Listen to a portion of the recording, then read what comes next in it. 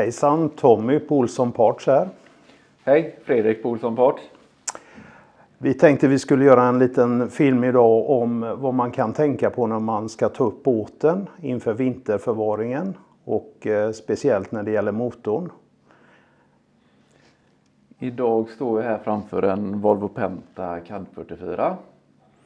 Och det är den vi ska visa på. Och nu ska vi gå in lite grann på de olika delmomenten som man kan tänka på. Och vi tänker börja med smörjsystemet på motorn. Okej, vad ska vi tänka på när det gäller olja och oljebyte och så vidare, tycker du? Framförallt tycker jag först och främst att man ska se till att motorn är varm.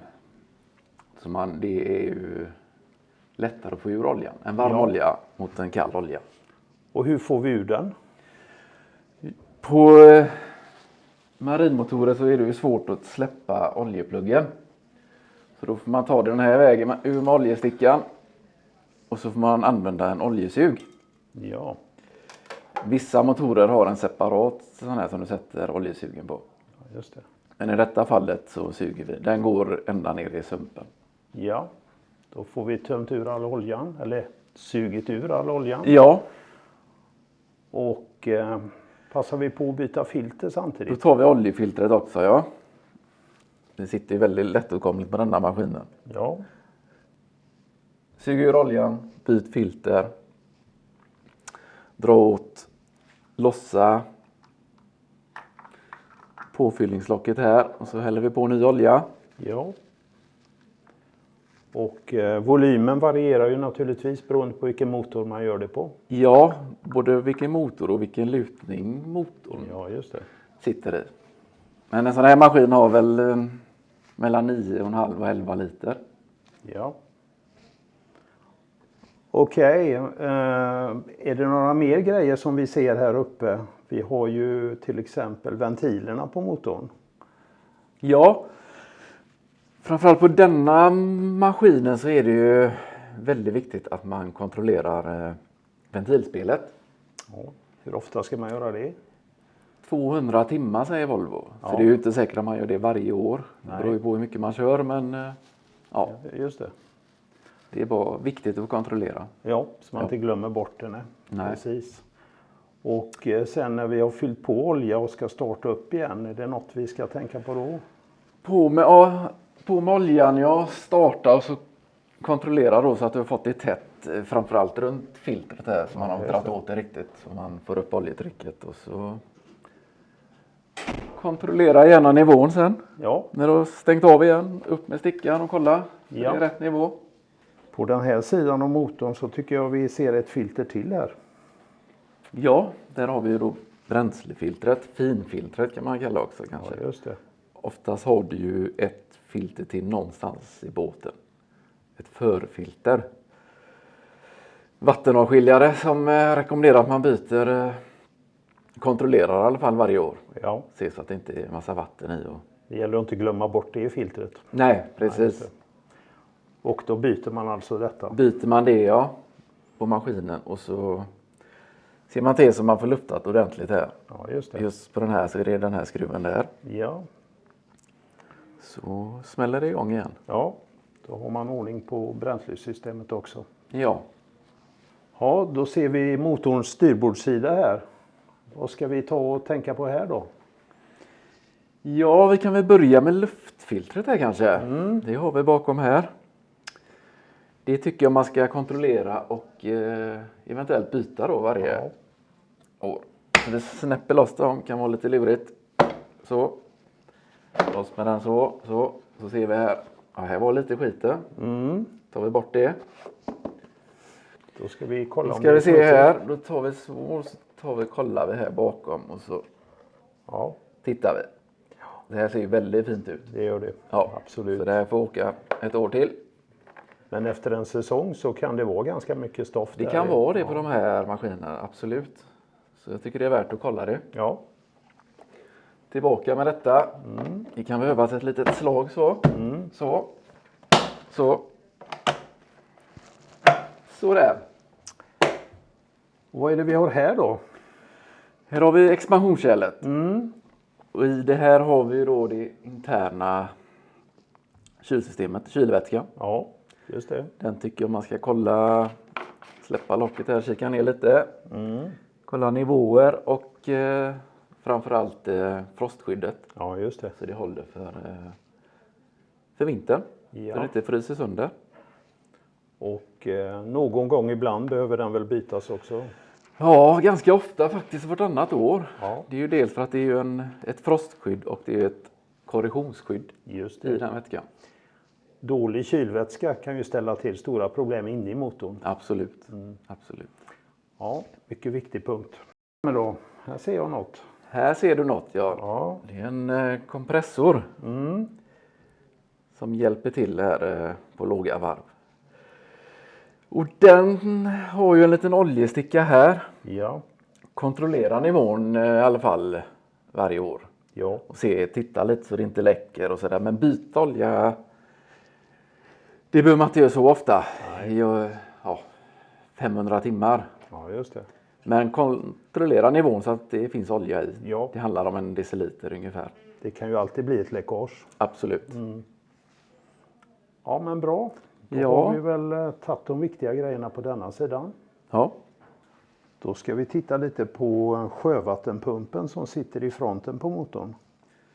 Ja, den har vi här. Det är alltså en impellerpump.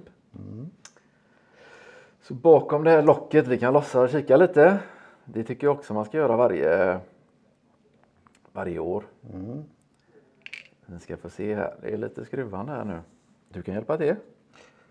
Du är säker på att jag klarar det? Jag chansar. Ja, det var vågat. Jag kommer kontrollera sen. Ja, det är bra. Ja. Känns tryggt. Ja. Nu ska vi se här, sista. Ja, då har vi locket här. Här bakom har vi då alltså impellern. Det är en gummivariant. Så den tycker jag man tar ut och kontrollerar så den är hel. Inga sprickor i, gummi kan ju spricka. Det kan ju lossa bitar ur dem om de är gamla och Ja, just det. åka med runt i systemet. Så det tycker jag man ska kolla. Det här är ju pumpen som pumpar in sjövattnet i båten, Ja, i motorn. precis. Ja. Då har vi kollat impellern och då är det tillbaka med locket och då tittar vi även på O-ringen här. Så att den är hel. Ja. Och byter man impeller så byter man O-ring. Ja, just det. Men i det här fallet kan vi bara se så att den är med tillbaka. Ja. Så vi inte får något läckage. Så, snyggt. Sätter vi den.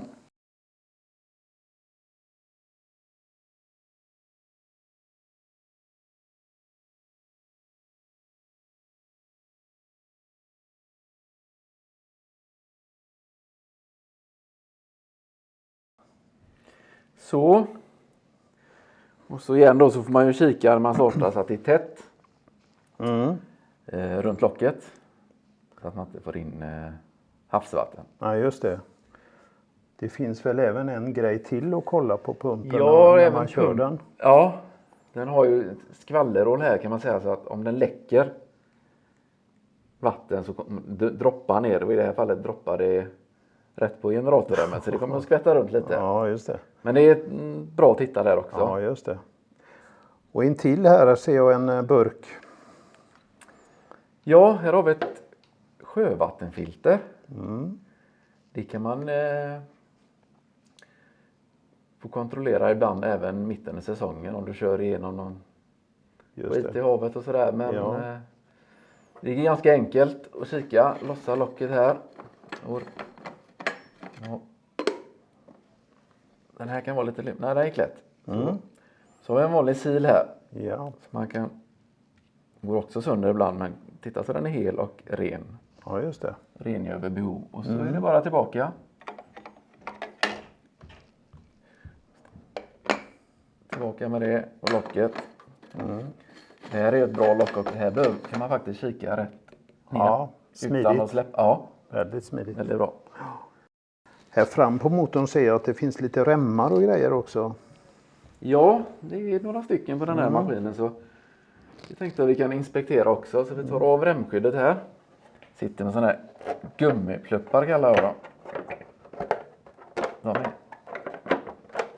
Så kan man sitta fast lite ibland så. Då ser vi bättre. Ja. Kan lägga den uppe på där. Vad är det för remmar vi har här då?